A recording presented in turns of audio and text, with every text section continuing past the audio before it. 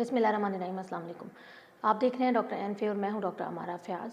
आज हम बात करने जा रहे हैं एंडोमेट्रियोसिस पे। अगर आप एक ऐसी यंग खातून हैं, न्यूली मैरिड खातून हैं और बल्कि खातून नहीं कहना चाहिए, अगर अगर आप यंग हैं और अनमैरिड हैं या न्यूली मैरिड हैं और आपको साइकिल के दौरान यानी मेंस्ट्रुअल साइकिल जो मंथली साइकिल फीमेल्स का होता है उसके दौरान बहुत ज़्यादा दर्द का सामना रहता है, या उससे कुछ दिन पहले या उस पीरियड्स के कुछ दिन बाद आपको बहुत दर्द का सामना रहता है, तो आपको ये वीडियो एंड तक देखनी चाहिए। हो सकता है कि आपको इसमें कोई खातिर खा मालूमात मिले और आप अपने डॉक्टर से डिस्कस करके इसके अपने लिए कोई बेहतर सोल्यूशन निकाल सकें। आज हम बात करने वाले हैं एंडोमेट्रियोसिस के बारे में।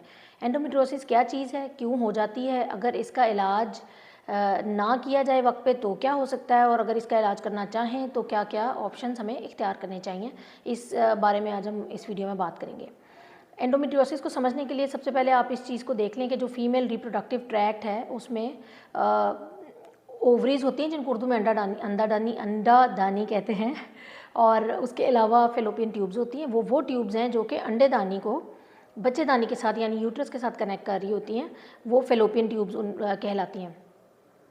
तो यूट्रस जो है यानी बच्चेदानी, उसकी 3 लेयर्स होती हैं, ये जैसे कि आप इस तस्वीर में भी देख सकते हैं। 3 लेयर्स होती हैं। उन 3 लेयर्स में बाहर वाली जो लेयर है उसको हम सिरोज़ा बोलते हैं, दरमियान वाली जो है वो मायोमेट्रियम कहलाती है, और उसके बाद जो इनर मोस्ट लेयर है उसको हम एंडोमेट्रियम कहते हैं। एंडोमेट्रियम वो लेयर है अंदरूनी, आप देख सकते हैं तस्वीर में भी, सबसे इनर मोस्ट लेयर। ये लेयर जब इसमें चेंजेस आते हैं और ये जो मंथली आपको आसान ज़ुबान में समझाने के लिए जो साइकिल है, पीरियड्स का साइकिल है, वो इसकी वजह से होता है, यानी ये लेयर ब्रेक डाउन करती है तो पीरियड्स स्टार्ट होते हैं। तो अगर ये वाली जो इनर मोस्ट लेयर है एंडोमेट्रियम, अगर यूट्रस की ये लेयर कहीं और ग्रो कर जाए, यूट्रस की इनर मोस्ट लेयर के अलावा कहीं और ग्रो कर जाए, तो उसको हम एंडोमेट्रियोसिस कहते हैं। जैसे कि ये लेयर अगर दरमियान वाली लेयर में ग्रो करने लग जाए, यानी एंडोमेट्रियम अगर यूट्रस की ही दरमियान वाली लेयर जिसको मायोमेट्रियम हम कहते हैं उसमें ग्रो करने लग जाए, तो उसको हम एडिनोमायोसिस बोलेंगे।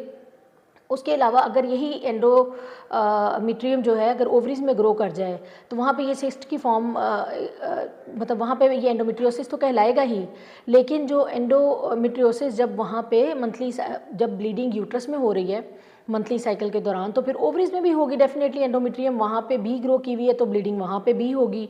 अब वो वहाँ पे निकलने की सूरत नहीं बनेगी तो कलेक्शन होती जाएगी। जब वो कलेक्शन होगी तो वो एक सिस्ट की फॉर्म इख्तियार कर लेता है, जिसको हम कहते हैं चॉकलेट सिस्ट वगैरह भी हम कहते हैं। इसी तरह एंडोमेट्रियम अपनी जगह के अलावा जहाँ भी ग्रो करेगी वहाँ पे ये प्रॉब्लम कराएगी। एंडोमेट्रियोसिस का सबसे पहला सिम्टम, तो मेन जो सिम्टम है वो है पेन, सीवियर पेन। कई लोगों को साइकिल्स के दौरान बहुत सीवियर पेन होता है, इतना कि वो नॉर्मल गोलियाँ या गर्म जो हम वार्म कंप्रेसेस वगैरह करते हैं उसके थ्रू उन्हें आराम नहीं आता, तो उन्हें इंजेक्शंस की तरफ जाना पड़ता है, पेन किलर्स की तरफ जाना पड़ता है। कई लोगों को इस तरह के प्रॉब्लम, यहाँ तक भी इतनी शिद्दत का दर्द होता है। और दर्द की टाइमिंग क्या होती है, मोस्टली पीरियड से पहले, साइकिल के दौरान या पीरियड्स के बाद, मतलब इस तरह तीनों इसके अराउंड जो है वो पेन होती है। दूसरी जो एंडोमेट्रियोसिस के साथ सबसे बड़ी कॉम्प्लिकेशन आ सकती है वो है सब फर्टिलिटी, यानी कि बांझपन का लफ्ज़ मैं बहुत मुहतात होकर इस्तेमाल कर रही हूँ, बांझ, क्योंकि मेरे ख़्याल में, मेरी समझ के मुताबिक कोई भी बांझ नहीं होता। इसकी मुख्तलिफ रीज़न्स होती हैं और जिनको कि हम करेक्ट कर सकते हैं, तो फिर हतमी किसी को वो लफ्ज़ बोल देना मेरे ख्याल से मुनासिब नहीं है। लेकिन अगर किसी को औलाद की ख्वाहिश है और उसको औलाद नहीं हो रही या वो कंसीव नहीं कर पा रही, खातून या कपल कंसीव नहीं कर पा रहा, तो उनको इस बारे में भी अपने डॉक्टर से बात करनी चाहिए। एंडोमेट्रियोसिस का वर्कअप भी करा सकते हैं, और अगर आप इस चाहें तो अपना एंडोमेट्रियोसिस का अगर आपका डायग्नोसिस हो भी जाता है तो ट्रीटमेंट आप अपने उस गायनेकोलॉजिस्ट से कराएं। पहली बात तो ये कि इसके लिए जाना गायनेकोलॉजिस्ट के पास है, ठीक है, और बीच में एंडोक्राइनोलॉजिस्ट को भी ऑन बोर्ड लिया जा सकता है, आप उनके साथ भी डिस्कस कर सकते हैं। लेकिन उस गायनेकोलॉजिस्ट से बात करें जिसका एंडोमेट्रियोसिस को ट्रीट करने के लिए तजुर्बा हो। मतलब जैसे होता है ना, स्पेशलिटीज़ में भी एक डॉक्टर की ख़ास स्पेशलिटी के अंदर भी कुछ खास डिजीज़ होती हैं, ख़ास बीमारियां होती हैं जिनके बारे में उस डॉक्टर का बहुत ज़्यादा तजुर्बा होता है। तो इस तरह का डॉक्टर देखें अपने लिए कि जो एंडोमेट्रियोसिस के लिए तजुर्बा रखता हो और बहुत सारे केसेस में वो काम कर चुका हो और एंडोमेट्रियोसिस की सर्जरी भी करना जानता हो या जानती हो। तो उसका फ़ायदा ये होगा कि जब एक एक्सपीरियंस्ड डॉक्टर जो है वो आपका प्रॉब्लम देखेगा तो उसको ट्रीट भी सही करेगा। अच्छा, 2 बातें हैं, एक तो ये कि ये मोस्टली लाइफ लॉन्ग प्रॉब्लम है एंडोमेट्रियोसिस, बट ये ऐसे भी होता है मुकम्मल तौर पे तो कहते हैं कि भाई उस तरह ये रिकर कर जाता है, सबको पता है कि ये वापस भी आ जाती है दोबारा अगर एक दफ़ा इलाज कर लें तो।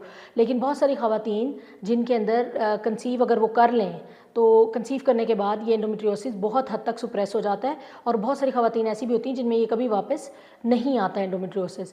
तो इसलिए अगर किसी को एंडोमेट्रियोसिस डायग्नोज हो गया है तो बजाय उसके लिए बहुत डिटेल्ड ट्रीटमेंट्स लेने के बाद आप कंसीव करने का वेट करने की बजाय कोशिश करें कि उसको क्विकली ट्रीट करके उसको कंसीव करने की तरफ चलें और फैमिली कंप्लीट हो, तो ताकि उसके बाद अगर एंडोमेट्रियोसिस कंटिन्यू करता भी है या उसके लिए किसी अल्टीमेट ट्रीटमेंट की ज़रूरत पड़ती है जैसे कि सर्जरी वगैरह, तो कपल को प्रॉब्लम नहीं हो।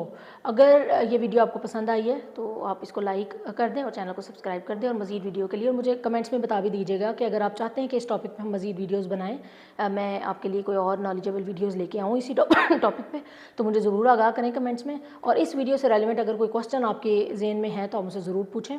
मिलते हैं इंशाल्लाह किसी नेक्स्ट वीडियो में, तब तक के लिए अल्लाह हाफ़िज़।